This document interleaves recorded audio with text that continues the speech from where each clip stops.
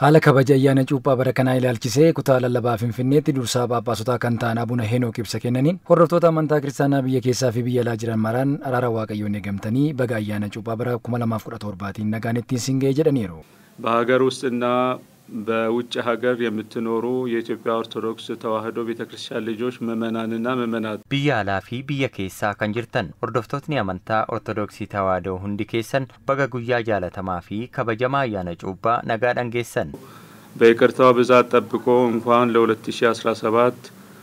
ዓመተ ምህረት ለብርሃነ ጥምቀቱና ለቃና ዘገሊላ በዓል በሰላም በጤና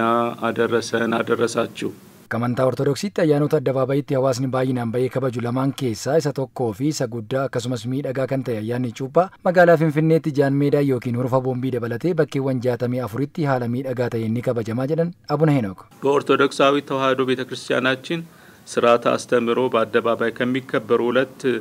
በዓላት መካከል አንዱ የሆነው የጥምቀት በዓል akka barsiisa fi sirna amantaa ortodoksiitti ayyaanota gurguddoo lama addabaabayitti namoonni baay'inaan bahanii kabajan keessaa isa tokkoo fi sirna jaalatamaa fi guddaa kan ta'e ayyaana cuuphaa bara kanaa magaalaa Finfinneetti bakka keessummootni gurguddoon kanneen akka dursaa Phaaphaasota waliigalaa fi paatriyaarikii mana amantaa ortodoksii tawaahidoo Itoophiyaa Abuna Maatiyaasii fi hooggantootni mootummaa olaanoon bakka argamanitti Jaan Meedaa yookaan Hurufa Boombii dabalatee bakkeewwan 64tti karaa miidhagaa ta'een ayyaanichi ni kabajama. ከተማው ከ64 ባላነሱ የጥምቀት በዓል ማክበሪያ ስፍራዎች ይከበራል። Hordoftoonni amantichaa wayita taabonni bataskaana bahuu jalqabee duudhaa amantichaa karaa eegeen uffata adii uffachuun miidhaganii faarfachaa taabota dabaaluu akka qaban dhaamanii sirna amantichi ajajuun ala waan biraa qabatanii gara ayyaana kanaa dhaquun dhorkaa ta'us ibsanii jiru. የበዓሉ ባለቤቶችም እኛው ነንና በጋራ ትብብርና በአንድነት መንፈስ ፍጹም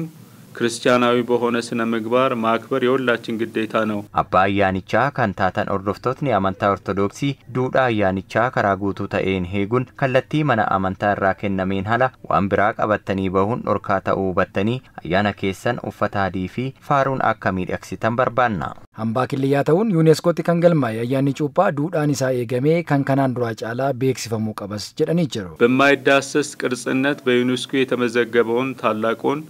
የቤተክርስቲያናችንን በዓል መንፈሳዊ አስተምህሮውንና ይዘቱን በጠበቀ መልኩ